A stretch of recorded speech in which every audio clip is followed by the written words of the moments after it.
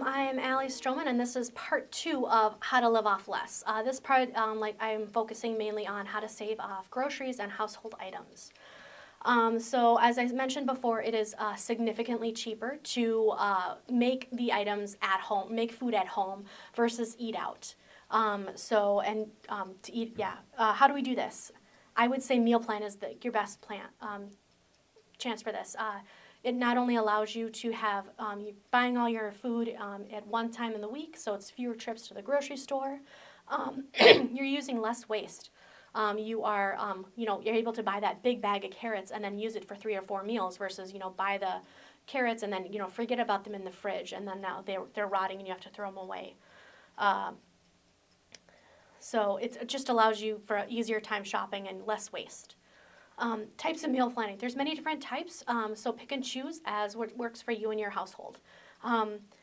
Some people, it's just as simple as, writing out a plan each week. We're going to make spaghetti on Monday, tacos on Tuesday or something like that. They go to the store on Sunday, or whatever day they choose, buy all the ingredients, and then just cook each meal each night. Some people like to go a step easier and make double portions, like make a double portion of spaghetti on Monday and either save it for the next week or, just eat spaghetti for 2 days in a row. Those are some options. Some people, this is really popular in the diet community, would be to meal prep all your food at home, like a baked salad, portion it in Tupperwares, and then pull from the fridge for those meals that week. Or some people just go as simple as make a big pot of chili, shove it in the fridge, and then you're eating chili every day that week, if that's your go-to. At one point in time when I worked like a 2 to 10 shift and then like a 10 to 6 a.m. shift. So it was a very much grab-and-go lifestyle. I would actually do this. I would make a big thing of chili, gumbo and something else, portion it into Tupperware or Ziploc bags, and then freeze it. So then I was able to quickly pull that meal before I went to work, pull that meal out. It was able to thaw in my purse as I was working, and so it was pretty much thawed by the time I ate dinner, and I was able to heat it up. That saved me a lot I used to eat a lot of TV dinners, so that saved me on the cost, and it was a lot healthier too, a lot less sodium. One way I like to do this, make a big ton and then use it the rest of the week, I use this for breakfast currently. On Saturdays, I make a bit, like if we're eating pancakes, French toast, waffles, what have you, I'm making a huge batch. And then that's what my family's eating for breakfast the rest of the week. We switch it up each week so we're not getting sick of things, but it just makes breakfasts, which almost no one has time for. It makes it a quick, easy thing to quick reheat and then eat and saves you time in the mornings. One option, or for main meals, the thing that I also like to do, it's called freezer meal prep. There's a lot of information on the internet. You can go on Pinterest, and they will actually have plans laid out for you. I have been doing this a while, so I just like to choose some of my favorite recipes and make them a week. But what you do is I'll choose about 8 to 10 recipes for the month, and then I double each recipe. I will make my huge shopping list, go shopping once for the month. And then spend anywhere between 4 to 6 hours, depending on the meals, prepping those. So that is chopping up the veggies, maybe browning some meat, chopping up the meat, portioning them into Ziploc bags or like a freezer 9x11 like disposable pan, and then putting them in the freezer. So that way when it comes time to eat my meal on like a Monday or a Tuesday, all I have to do is pull it out and then throw it in the oven or dump it in the crock pot or the Instapot, whatever is your choice of cooking. So it makes it's a lot easier for meal preps, and it's a lot less work during the week if you do all the prep work ahead of time. And these aren't eating leftovers unlike the other ones. These are, eating fresh cooked meals. So you're getting a fresh cooked meal each day with very little work. See here. So there's other ways to save money. There's a lot of random stuff, so I'm going to go really quick. Shop at multiple stores. The more you shop, the more you're going to get to know the prices at each, especially online shopping. You can easily compare which one is cheaper. So we like to do, our family likes to go to Costco, Walmart, and Aldi. I know which items are cheaper at which places, and from doing this a lot, and so I will know where to go for each item, make a whole day of it, and then I'll be done shopping for that month, except for maybe a few things here and there. I said get to know prices. If you do note it as you get to know prices, you'll get to know what is a good deal. Maybe Walmart is having a deal on chips. Actually, just last week, Walgreens was having a deal on cereal. They were selling boxes of cereal for 75 cents. So I actually went and grabbed a ton, stocked up on it. Now I've got cereal for the next month or two for my family at probably about the price of 1 or 2 boxes. Stop buying snack foods. Especially as an adult, maybe kids not as much, but as an adult, that bag of Doritos, it tastes delicious, or the thing of Pringles tastes delicious, but is it really filling you up? Is it giving you the nutrition you need for the day, or is it just kind of like satisfying your hunger for maybe 5 minutes? So just think about this, is this worth the amount of money that you're spending on a bag of chips? Is it worth putting in your body when something more nutritious could be a lot cheaper? Stop buying prepackaged foods too. A lot of times, again, we're paying for the convenience. I just think of, with children, the little bags of Goldfish or the little bags of chips. You're paying for the convenience of having them individually wrapped when you could easily buy a big bulk item, get it in bulk, put it in your own Ziploc bags, portion it out yourself if you have that grab and go lifestyle. Save yourself the extra money, and it's just maybe a few more minutes of out of your day to be able to do that. Similar with those peanut butter crackers. That's my daughter's favorite thing, peanut butter sandwich crackers. You can easily make those at home with simple like saltines and peanut butter yourself. Saves you a lot of hassle. And honestly, if you've got little kids who maybe not eat the whole package, then you're only making 3 and not wasting that extra half of the package. Similarly with, items that you think, are like cheese. We are paying for the convenience of them to shred or slice the cheese. It is about $2 or $3 cheaper, depending on which kind of cheese you're looking at, to buy a brick of cheese and to slice it yourself for sandwiches, or to shred it yourself if you're putting it in a chili or something like that. So think about that. A little extra time, you're saving yourself a little bit here and there. Cream cheese is another one I found. 8-ounce block of cream cheese is $2 cheaper than the tub of cream cheese. The exact same product, it's just marketed differently, and you're going to save yourself an extra $2, especially if that's a big staple in our house. We love it. So that's how we save money a little bit here and there. Let's see, baked goods, make them at home. Stop buying those pre-mixed muffins, pancakes, waffles, or even like the frozen ones. Make them at home. They're going to be so much more nutritious, so much more delicious, and they're going to save you a lot of extra money too. I've also gone to the state of actually making your own bread at home as well. It's significantly cheaper. You can make it for like about $1, $1.50, depending on which recipe you use. And it's going to be a lot more hearty. When I've had sandwiches from homemade bread, one sandwich will fill me up, versus if I buy, the cheap Sara Lee bread from the store, I need at least 1 or 2 to fill me up. So that's just, you're getting a lot more nutrition. Also, same with pizza dough as well. I made pizza dough at home, made my family pizza. I had a nephew who was visiting. He is a 13-year-old bottomless pit. I was able to fill him up with 2 pieces of pizza versus the normal half a pizza that would normally take for him. So, when you make things from home, they're a lot more filling, a lot more nutritious. There's a lot of extra stuff they put in your food when you buy it from the store, just to kind of add bulk, but it's not really adding nutrition or making you feel full. Another thing I like to do is buy in bulk, or when things are in season, buy them in season. I just recently, this summer, I learned how to make salsa. So I got a whole bunch of tomatoes when they were in season, and from people I knew who were growing, who had extras, made my own salsa. Now I've got salsa for the rest of the year. I learned how to can, so that was an option for me. My favorite thing to do too is zucchini. Certain times of the year, people have so much zucchini they're giving it away. I love to chop it up and then freeze it, and then I will add it, later in the year, I will add it to stir fries, to enchiladas. It's a great neutral vegetable, but that adds nutrition and bulk without adding taste. So oftentimes kids don't even know what's in there. Buy generic versus the brand name. Oftentimes, if you actually do the research, a lot of generic brands, they're made at the exact same factory. Really, the only difference is the packaging. So consider buying generic and saving yourself the money. This is especially important for medicine. It's written in the notebook, but I will tell you now, acetaminophen is the exact same thing as Tylenol. That's actually the ingredient in Tylenol, is acetaminophen.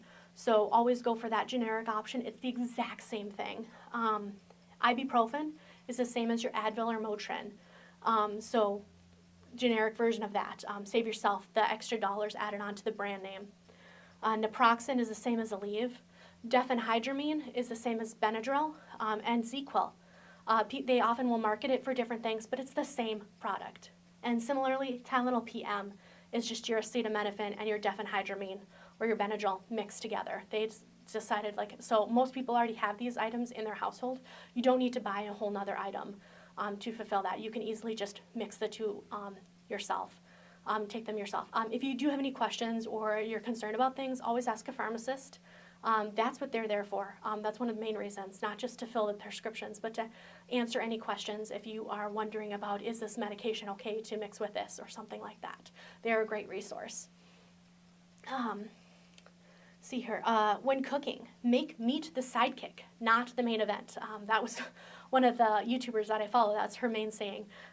So think about this. If you're serving grilled chicken breast to your family, you're going to give like one or a half a chicken breast per person, especially if it's adults. Versus if you were to make something like a chicken pot pie, you could use 1 or 2 chicken breasts, so it's about a pound of chicken per the entire thing. And now you've got meals for your family for dinner and lunch. So just think about stretching it. Now it's mixed in with something that's more of a sidekick than the main event. You're using a lot less meat to fulfill your family. Using more, consider using more rice and beans in dishes. They're a very cheap option, nutritious, and they add a lot of bulk, will help fill your family up with that. It's a cheaper option to fill your family up. Some people will live off of rice and beans for a short period of time and save that extra money on food. Consider eating one vegetarian night per week. Saving yourself the cost of meat for at least that one night. Portion control, again, huge thing. You may be able to eat 2 or 3 enchiladas, but is one enough? Is one going to suffice you for the evening? And then save those extra 2 or 3 for other people in your family or for the next day or for the next 3 days, if needed. When you're going grocery shopping, make a list and stick to it. It should be an Olympic sport. It's almost impossible. If you can, I would recommend maybe doing a grocery pickup. That will save you from being constantly bombarded by all the extra things in the store. Grow a garden. If you're growing things in your own home, if that's an option for you, you're then saving money of going to pick them up at the store. There's a lot of, I've listed some plants in the workbook that are actually reseed themselves, and you can often get them free from other people. Learn to be creative in ways of stretching food. One of my favorite things to do recently would be to take a $5 rotisserie chicken from Costco, which is the nearest kind of big box store like that. Take a $5 chicken. That is 5 pounds of meat cooked. Whereas if I were to go to the store and even get like a fresh chicken breast, it's going to be about $2 to $3 per pound. Versus 5 pounds of meat. So then I will take it, chop it up, use maybe some pieces for a meal, maybe use some pieces for tacos, throw in the extra little bits that's not a full piece, throw those in a soup for later, and then I also have learned to take the bones and then learn how to make my own bone broth. And then again, I've recently learned how to can, so I will actually can that and save that for later versus having to buy it from the store. If you're not quite to that level yet, that's fine.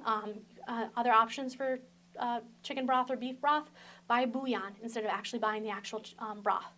It'll save you time. It also won't go bad if you only are using half a can or something like that, and you don't have to worry about it sitting in your fridge for a long period of time.